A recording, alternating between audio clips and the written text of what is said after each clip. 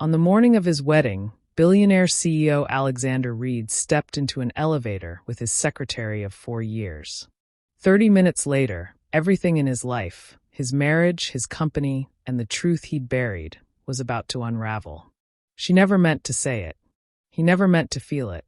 But when the doors finally opened, one confession would change everything. Love was never part of the plan, but neither was she. Hello family, welcome to True Life Stories. Please subscribe and leave a like for us, it means the world to us. Also share this video to your friends and loved ones and turn on post notifications so you don't miss future videos from us. Thank you as you do so. Sit back and relax as we dive into the story. The morning sun filtered through the floor-to-ceiling windows of Reed Enterprises, casting long golden streaks across the marble lobby. Employees moved briskly, whispering among themselves, not about quarterly earnings or client presentations, but about the CEO's wedding.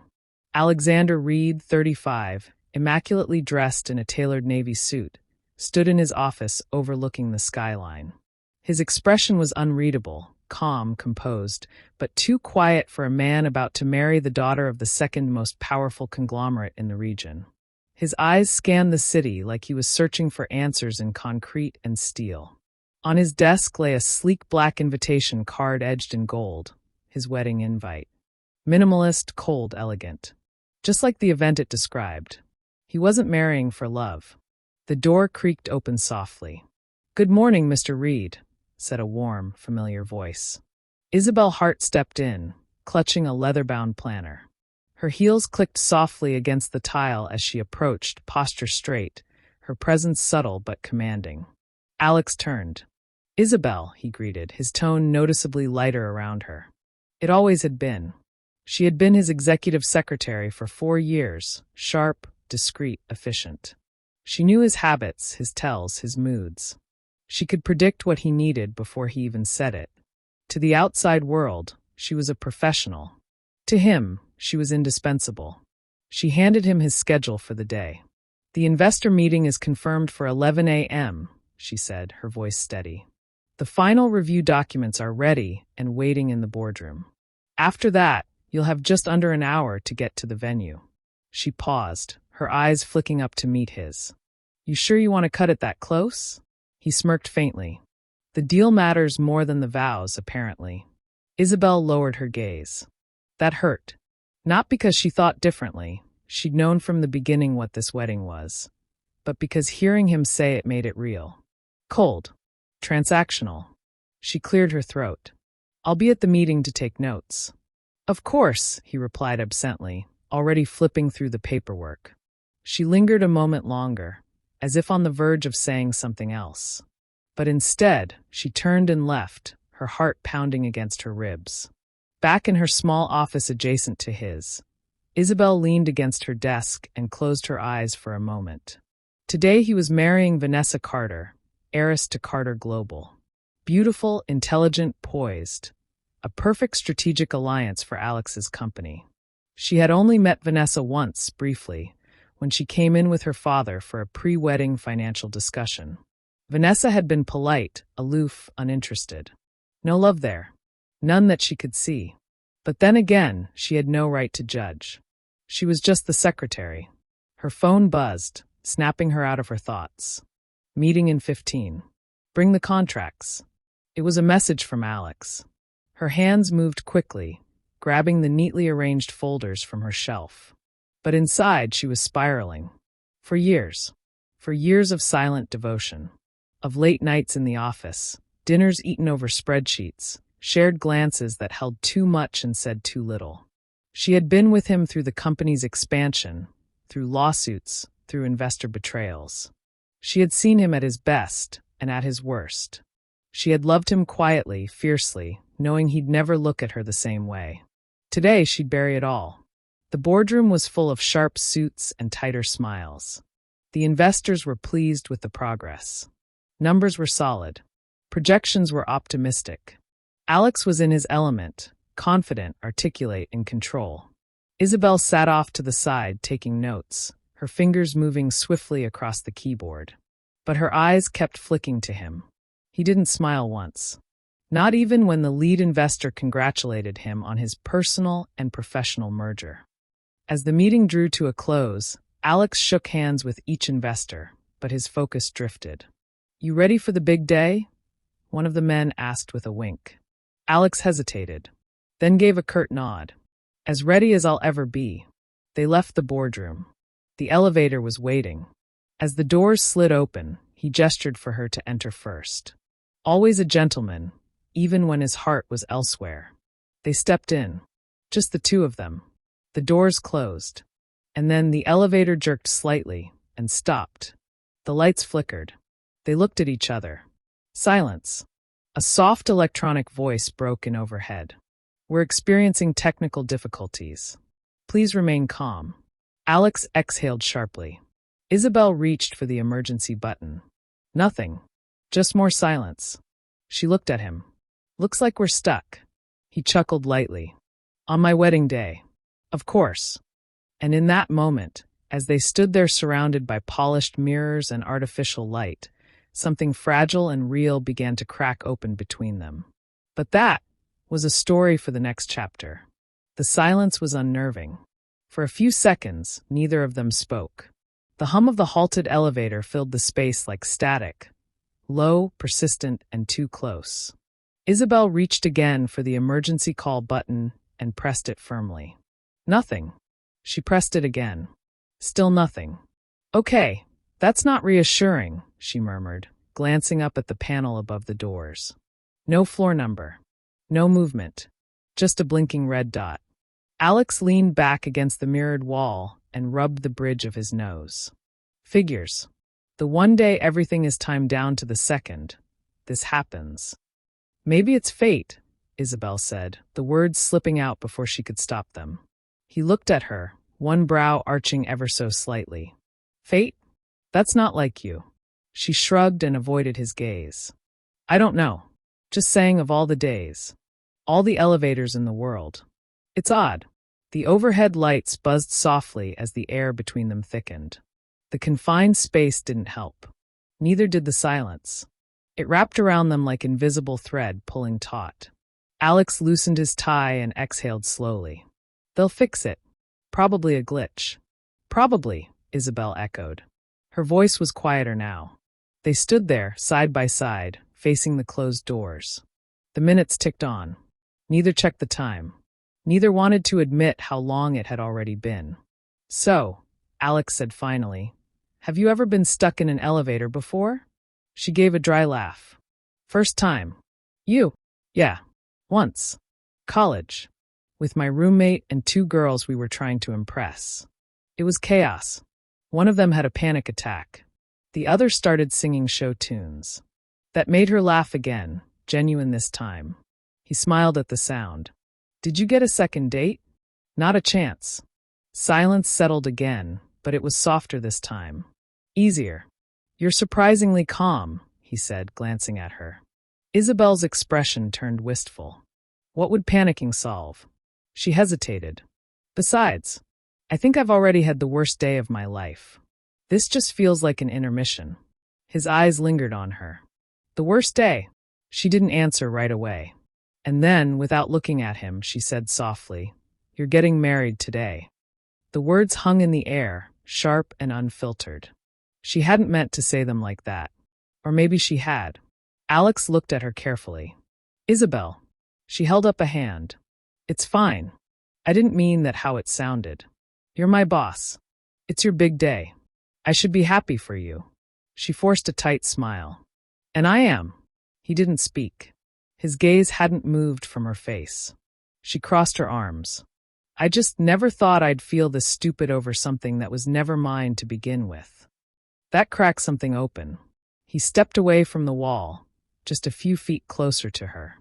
"What was never yours?" he asked gently. She swallowed. "You." His jaw tightened. "Isabel." Still not looking at him, she pressed her palm to the cool metal wall of the elevator. "I've worked beside you for 4 years, Alex. I've watched you build this empire. Watched you go through hell and keep going. I've been there at midnight when you didn't know how to save the quarter, and at dawn when you closed your biggest deal." Her voice wavered.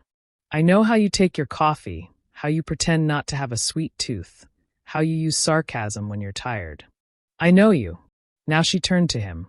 Her eyes were glassy, but steady. And I loved you. Quietly. Stupidly. Every day. He stood frozen, words caught somewhere between his lungs and his throat. But I knew better, she went on, a sad smile forming. You're the CEO. I'm the secretary. That's how the story goes. You were always meant for bigger things. Bigger alliances. Women who wear diamonds and sign contracts with their fathers. She took a breath, steadied herself. I knew you couldn't love me. I never expected it. He took another step toward her, eyes never leaving hers. And then she whispered, voice barely audible. I just wish it were me. The words hit him like a crash, quiet but seismic. He blinked, like he needed time to understand what she'd said, what she meant. You what? He said softly, almost disbelieving. She didn't repeat it. She didn't have to. Alex looked at her, truly looked at her.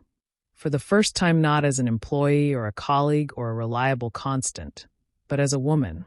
A woman who had stood by him, believed in him, known him more intimately than anyone else ever had.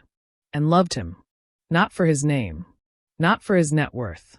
But for his soul. Without thinking, he stepped forward and wrapped his arms around her. It was not a polite hug.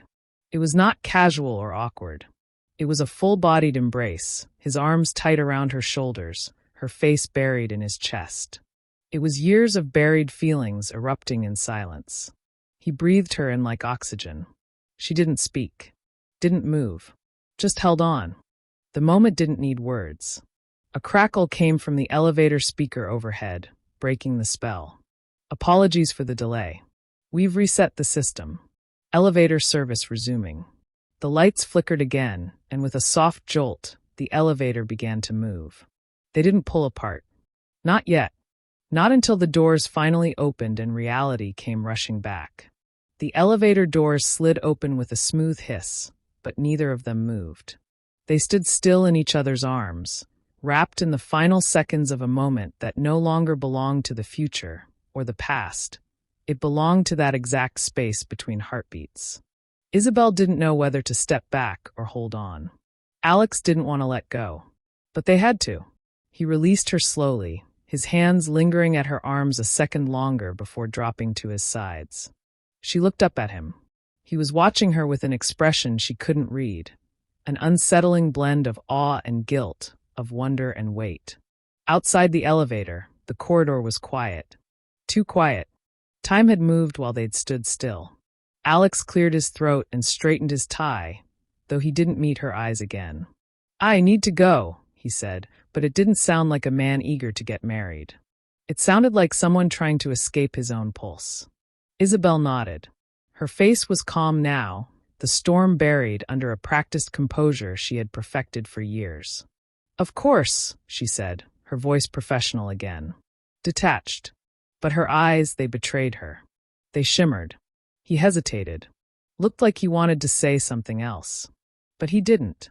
He turned and walked away, his footsteps echoing down the hall. She didn't watch him go. The moment he stepped out into the sunlight, it hit him. Hard. Everything looked the same, the clear blue sky, the polished black car waiting outside, the security team nodding at him. But nothing felt the same. The wedding was 35 minutes away. He was 35 minutes away from becoming a husband to a woman he barely knew. 35 minutes away from lying to himself and everyone else for the sake of a deal. He got in the car, the driver opening the door wordlessly.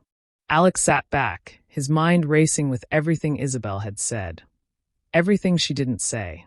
Her voice echoed in his ears over and over. I wish it were me. Those 5 words had stripped him bare. He remembered every moment now. Her quiet glances when he was too exhausted to look up from his laptop. The time she brought him coffee without asking, just the way he liked it. Extra hot, no sugar, just a dash of almond milk. The way she laughed at his driest jokes, how she stood by him even when the world questioned his decisions. He remembered the time he'd collapsed in his office after losing a $10 million client, and she just sat with him. Said nothing. Just sat on the floor beside his chair, letting him breathe. She had always been there. Always. And he had been too blind, or too scared, to see it. Because he was the CEO. And she was the secretary. And in his world, love was risk. Back at the office, Isabel walked to her desk on autopilot. Her heels made no sound now. Her body moved with the numbness of someone trying not to feel anything at all. She sat down, placed the planner on the desk, and opened her laptop as if nothing had happened. Emails blinked back at her. One from Vanessa Carter's assistant, confirming the guest list. One from the catering company, asking for final approval. She stared at the screen, then slowly closed the lid. Her chest ached, but there was no time to cry. The wedding would go on. She had said too much. She had crossed the line. The only thing left to do now was forget. Forget the elevator. Forget the hug. Forget the look in his eyes before the doors opened. Her hands trembled slightly as she reached for her bag. She needed to go home. She needed to disappear from the day entirely. But at the venue, something unexpected was happening.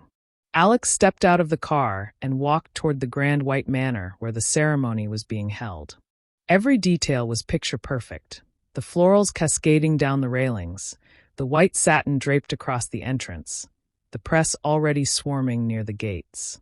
A woman in heels and a headset rushed toward him. "Mr. Reed, the Carters are asking for you. You're late. The media.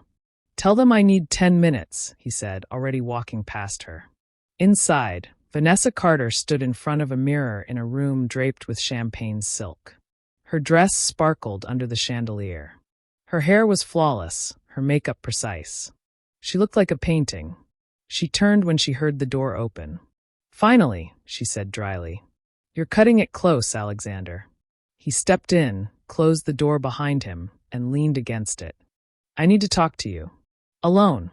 She raised an eyebrow, immediately picking up the shift in his voice. "What is it?" Alex's eyes dropped to the floor, then rose to meet hers. "I can't do this." There was no drama in his tone. No theatrics. Just truth, spoken quietly. Vanessa didn't flinch. She didn't slap him. She didn't even gasp. She walked to the window and looked out at the garden where hundreds of chairs were lined up, filled with people. "You're in love with someone else." It wasn't a question. Alex nodded once. "Is it serious?" "It's real," he replied. "That's all I know." She let out a sigh. "Well, I suppose it was inevitable. You never looked at me like someone you wanted to know. Just someone you had to impress." He stepped closer. "I'm sorry. I really am." She turned to him, her gaze level. "Good. Then let's end this before we both become strangers with matching rings." A pause. And then, with one final nod, she extended her hand. "Good luck, Alexander." He shook it, silently grateful. The wedding was over. And for the first time in years, he didn't feel like he was sacrificing anything. He felt like he was coming alive. The heels of Alexander Reed's polished dress shoes echoed down the stone hallway of the Carter estate as he walked away from the bridal suite. He moved with quiet urgency, his expression unreadable, his shoulders squared not from pride, but from clarity. Outside the grand ballroom doors, whispers already stirred. Coordinators clutched their earpieces. Ushers fidgeted at the altar. The string quartet faltered between movements, unsure whether to continue playing. The Carters, powerful and ever composed, waited near the floral arch where Vanessa was meant to walk. Her father, Edward Carter, tapped his watch in silent irritation while smiling for the murmuring guests, every movement calculated for the cameras discreetly lining the perimeter. Then the doors opened. Alex stepped through alone. Every head turned. Every whisper froze. He stood before them all, not as the groom, but as a man who had chosen honesty over performance. "Ladies and gentlemen," he began, voice calm but firm, "I want to thank you all for being here today. But I have to say something you weren't expecting to hear." A pause. Some leaned forward. Others narrowed their eyes. "This wedding will not be happening." A gasp ran through the room, quickly swallowed by a stunned hush. "Vanessa and we've had a long conversation, and we've both agreed that moving forward with this would not serve either of us well. We entered into this with the best intentions, but not with the right reasons. He paused. His gaze swept the crowd, landing briefly on the front row where his board members sat like statues. To my colleagues, my investors, my friends, I know this affects more than just my personal life, and I take full responsibility for the consequences. But I will not begin a marriage with a lie, and I will not ask a woman to stand beside me when my heart is already with someone else. Whispers erupted like waves. Flashbulbs popped. Edward Carter stood still, stone-faced, as his wife reached for his arm, whispering something sharp. Alex didn't stay to hear the reactions. He turned and walked out of the room. He didn't run, but he didn't look back either. By the time Alex reached his car, the media had caught wind of the bombshell.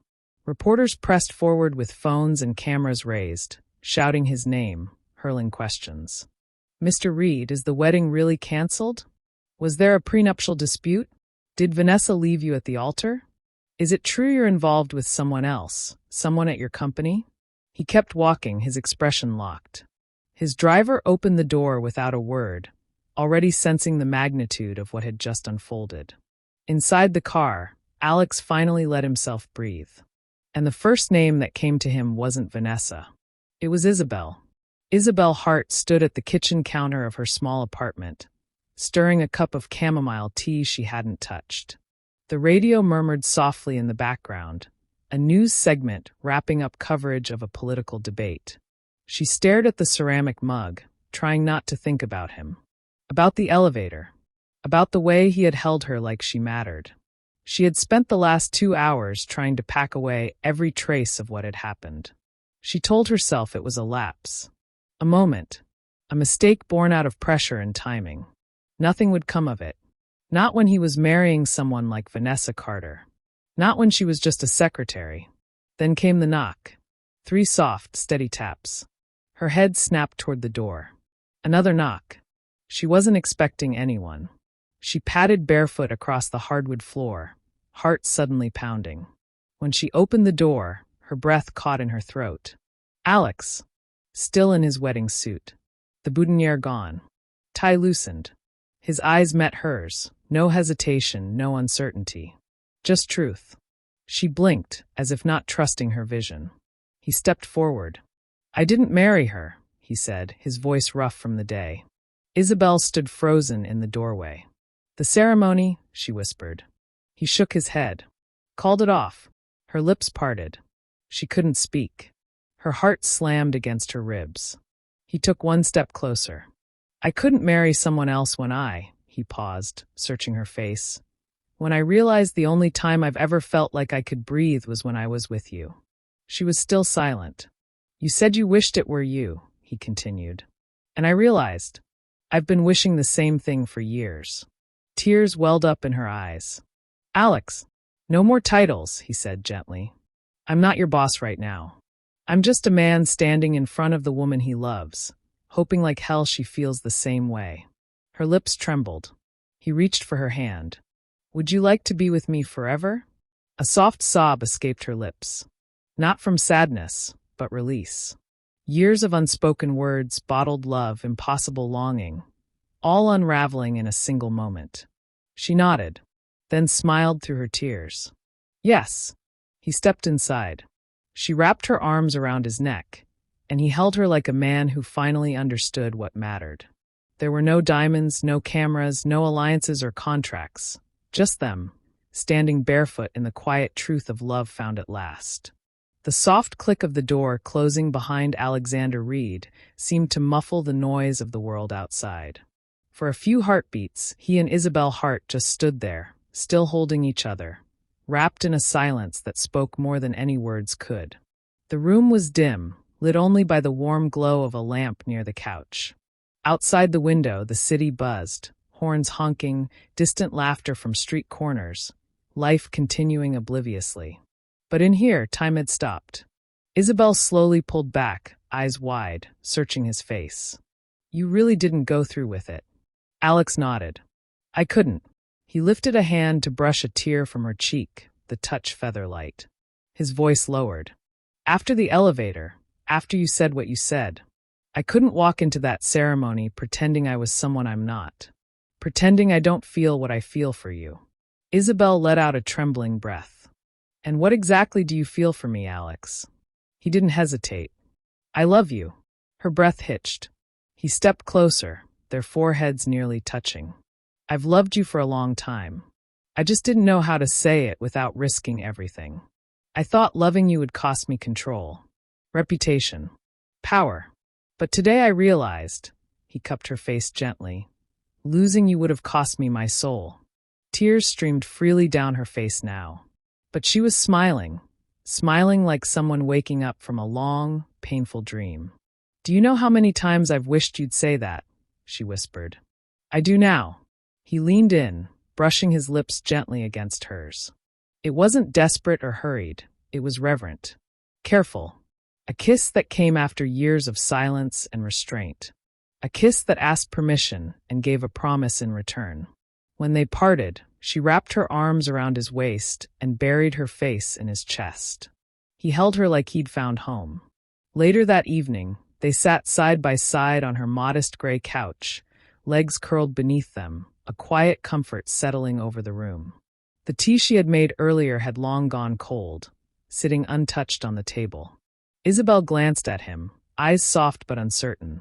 You do realize what this means, right? He nodded. It means people are going to talk. Talk, she scoffed. They're going to eviscerate you in the press. You just walked away from a billion-dollar merger. With the Carters. Alex leaned his head back against the couch and let out a tired laugh. Let them talk. She studied him for a moment. You've spent your whole life building Reed Enterprises. Everything you've done, every relationship you've maintained, it's all been leading to that merger. He looked at her, his tone steady and sure. Everything I've built means nothing if I'm not happy. And I'm only happy with you. She swallowed, emotion pooling in her throat. He reached for her hand. I'm not asking you to just be beside me in life, Isabel. I want you beside me in everything. At the company. At the board table. At the breakfast table. Every table. She blinked. You're serious? Dead serious. He tightened his grip. I know how smart you are. How you've saved my ass more times than I can count. You've already been my partner, just unofficially. I think it's time we make it official. In every way. She looked down at their hands, then back up at him. Are you asking me to marry you? He smiled. Eventually. But tonight, I'm just asking if you'll take that first step with me. If you'll be with me. Openly. Fearlessly. She nodded slowly, lips trembling. Yes, Alex. 1,000 times yes. The next morning, they walked into the office together. It was as if someone had whispered wildfire through the halls. Every head turned. Every conversation paused. Every phone call suddenly muted. Isabel wore a simple cream blouse tucked into high-waisted black slacks. No makeup beyond a touch of mascara. But she walked with a confidence that had never been allowed to surface before.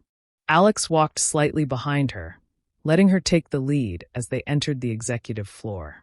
He turned to her with a quiet smile. Let them talk, he whispered. We know the truth. But the whispers weren't just among employees. By lunchtime, articles had begun to surface online. Wedding canceled. CEO Alexander Reed walks away from Carter merger at the altar. Insiders suggest Reed may be romantically involved with longtime executive assistant. Love or lunacy?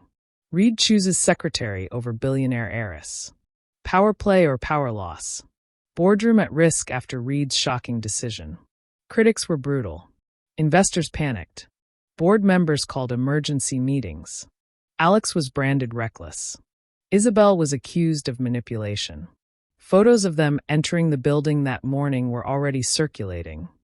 One frame capturing the way he glanced at her, like she was the center of gravity. She saw the headlines, of course. Everyone did. But that night, as she stood on his balcony overlooking the city, glass of wine in hand, his jacket draped over her shoulders, she smiled. Because she wasn't the girl outside the elevator anymore. She was the woman he chose when everything was on the line. And tomorrow, they would face the fallout together. The next few weeks unfolded like a hurricane. Not the kind that tore buildings down in a single swipe, but the kind that started quiet, invisible pressure building beneath surface smiles and tight boardroom handshakes. The decision Alexander Reed made to walk away from the Carter merger rippled outward like a stone hurled into still water. The shock hadn't worn off, not in the media, not in the company, and certainly not in the boardroom. He could feel it in every room he entered, in every too-quiet hallway, in every handshake that held just a beat too long. It started with whispers, small ones like leaves skimming along pavement. The interns gossiped at the coffee machines. The junior partners speculated in hushed tones by the elevators. Everyone had an opinion. She must have done something to make him throw all that away. He's blinded by love. You don't just walk away from the Carters. It's not just about the woman. It's about what kind of CEO he is now. Alex heard it. So did Isabel. But neither said a word. She kept showing up, earlier than everyone else, as always. Her desk was immaculate. Her posture straight, her face unreadable. Only he knew the storm she was braving inside. Behind closed doors, the pressure mounted. The board demanded explanations. You cost this company a decade-long alliance in a single afternoon, barked Trent Harris, the longest-standing board member. His suit was immaculate, but his voice was stained with anger. It wasn't sustainable, Alex replied calmly from the head of the table. There was no synergy. No culture fit. It wasn't a partnership. It was a leash. That leash would have grown our market share by 47% in Asia Pacific. Another member cut in, flipping through projected reports that were now irrelevant. Alex met each of their eyes, one by one. I understand the numbers. But I also understand something else. The culture of this company begins at the top. And I will not create a culture that trades integrity for revenue. The room fell into a tense silence. So what now? Someone asked. What's your plan to stabilize investor confidence? Alex glanced at Isabel, who stood quietly at the far end of the room with her tablet in hand. She met his eyes. And that's when he said it. My plan is to promote Isabel Hart to Chief Strategy Officer. Mouths fell open. Trent actually dropped his pen. Excuse me. Alex remained composed. You heard me. Isabel has worked in this company longer than most of you sitting here. She's been involved in nearly every major deal. She has deep knowledge of both the internal structure and the market. Her insight is sharp. Her loyalty proven. She's already been functioning as a strategist. I'm simply giving her the title and authority she's earned. Someone scoffed. You're promoting your girlfriend? Alex leaned forward, eyes razor-sharp. I'm promoting the most qualified person in the room. Whether you like it or not. No one spoke after that. The press had a field day. Nepotism or necessity. Reed names new CSO, and she's his ex-secretary. Business World Online. From desk to boardroom. The woman who made Reed walk away from power. The Daily Business Chronicle. Isabel Hart, secretary, strategist. Seductress? A gossip blog headline that made Isabel physically nauseous. But amidst the noise and scrutiny, they worked. Every day. Late nights, quiet mornings. Whiteboards filled with recovery strategies. Rebuilding investor relations. Doubling down on company culture. Shifting their narrative from scandal to vision. Isabel proved her worth in every meeting, every proposal, every negotiation. Her mind was incisive, her voice clear. She knew the company inside and out. Slowly, even the skeptics on the board began to nod during her presentations. Alex stood back, watched her rise, and smiled. She wasn't stepping into his shadow. She was building her own light. One afternoon, weeks after the canceled wedding, they sat alone in Alex's office. The skyline stretched wide behind him, his suit jacket tossed on the back of the chair. Isabel stood at the window, arms crossed, watching the clouds roll in. You ever think we made the wrong decision? She asked quietly, not turning around. Alex looked up from his laptop. Which part? All of it. She turned now, and he saw the vulnerability flicker in her eyes. You lost the merger. Your image took a hit. The company was shaken. And me? She gave a short, bitter laugh. I've been turned into a tabloid character, a homewrecker, a gold digger, a corporate climber with a pretty face. He stood up and walked over to her. Took her hands. Listen to me. His voice was low, steady. I don't care what they call you. I know who you are. I see what you do. And this company, it's better because of you. He paused. And I'm better because of you. She blinked, and he leaned his forehead against hers. Let them gossip. Let them speculate. We're not here to prove anything to them. Just to each other. That night, they went home together. No headlines. No press. Just soft music playing as they cooked dinner. Just quiet laughter over mismatched plates. Just a man and a woman who had risked everything, and were finally learning how to live without fear. They danced in the kitchen barefoot, with the window open and the breeze brushing against their skin. And for the first time in years, Isabel felt like she belonged somewhere. Not because someone gave her permission to be there, but because she chose it. And so did he. The glass doors of Reed Enterprises slid open automatically, ushering in the morning light along with a new rhythm. One built not on fear or corporate hierarchy, but on clarity, collaboration, and above all, trust. Gone were the tense silences and side glances. The air felt different now. Not because the company had changed overnight, but because something at its foundation had. Alex and Isabel were no longer a rumor. No longer an anomaly. They were a team. And the company was thriving again, not in spite of it, but because of it. The conference room was filled with motion and sound. Pages flipping, voices discussing metrics, ideas bouncing between departments with ease. Isabel stood at the head of the oval glass table, clicking through slides as she outlined the company's Q3 strategy.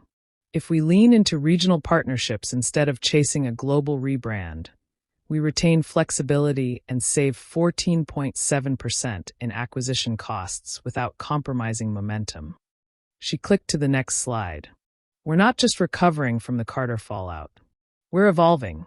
We're no longer playing by someone else's rulebook. Silence. Then nods. Then the beginning of smiles. Even Trent Harris, once her most vocal critic, leaned back in his chair and muttered a quiet, impressive. From across the table, Alex watched her with quiet admiration. Not the pride of a man who saved her, but the awe of someone who realized the person beside him had always been more than the world allowed her to be. Later that afternoon, as sunlight poured across his office floor, Alex leaned back in his chair and looked over the newest projections. He didn't see numbers. He saw freedom. He saw a company built not on obligation or pretense, but on something real. There was a soft knock at the door. Come in. Isabel stepped inside, holding a thin black envelope. Mail for you. He took it, raising an eyebrow. Hand-delivered by the chief strategy officer herself? She smirked. Consider it an executive privilege. He opened it. Inside, a handwritten note on thick ivory cardstock. Dear Alexander, thank you for handling the end of our engagement with class. I wish you and Ms. Hart all the best. Vanessa Carter. He looked up. Isabel's face was unreadable. It came this morning. No return address. Alex nodded and tucked the card back into the envelope. I'm glad she's okay. You still think about her? He stood and crossed the room to her. Not in the way you mean. His hand slid around her waist. You're the only one I think about now. The only one I've ever really seen. She tilted her head. You say that like you're still surprised. I am. His forehead touched hers. That I almost missed this. That I almost chose something hollow instead of something whole. They stood like that for a long moment, surrounded by floor-to-ceiling windows and the life they had built together. Their wedding was nothing like the first one Alex almost had. It wasn't in a cathedral. There were no press releases, no ice sculptures, no billion-dollar family names. It was held in a sunlit garden behind a vineyard just outside the city. Close friends. Warm vows. Bare feet on grass. Alex wore a gray suit with his sleeves rolled up. Isabel wore a dress with no corset, no veil, just a simple ivory gown and a soft braid down one side of her neck. When she walked down the aisle, she didn't feel like someone entering a fairy tale. She felt like someone finally stepping into truth. And when he saw her, Alex didn't just smile. He exhaled, like his lungs hadn't truly worked until that moment. The vows were handwritten, imperfect, emotional. Isabel's hands trembled as she read hers. You saw me when no one else did. Not just as a secretary, not just as an assistant. You saw every part of me, the strong, the stubborn, the scared. And you never asked me to be smaller. Alex looked at her, his eyes glassy. You stood beside me when I had everything. And when I had nothing. And you reminded me that love isn't the reward at the end of success. It's the foundation that holds everything up. They kissed to the sound of laughter and applause and birdsong. And for the first time in either of their lives, there were no cameras, no expectations, no lies. Just love. Years later, the office walls of Reed Enterprises told a very different story than they once did. Gone were the silent halls. Gone were the ivory towers. In their place, photos of employee weddings, baby announcements, community programs sponsored by the company, smiling interns who knew their ideas mattered. And at the far end of the executive wing, in a glass-walled office lined with books and plants, sat Isabel Reed, her nameplate proudly carrying the title Chief Strategy Officer. Outside her office, framed in polished walnut, was a black and white photo of an elevator. Just an ordinary elevator. But the plaque beneath it read, "Sometimes 30 minutes is all it takes to change everything." One rainy night, after a long board meeting, Alex and Isabel arrived home together. She slipped off her heels by the door. He tossed his briefcase onto the sofa and pulled her into his arms without a word. They swayed slowly to the music playing from the kitchen speaker, something old, jazzy, familiar. "Do you ever think about that day?" she murmured into his shoulder. "Every day," he said. "Every damn day." She smiled and rested her head against him. Outside, the rain fell steady and soft. Inside, love stood firm. Not perfect, not performative, but earned, grown, and undeniably real. And in that moment, there was no doubt left at all. They had chosen right. Together. Forever. We have come to the end of the story. I hope you enjoyed it. Leave a like and subscribe to my YouTube channel for more interesting stories.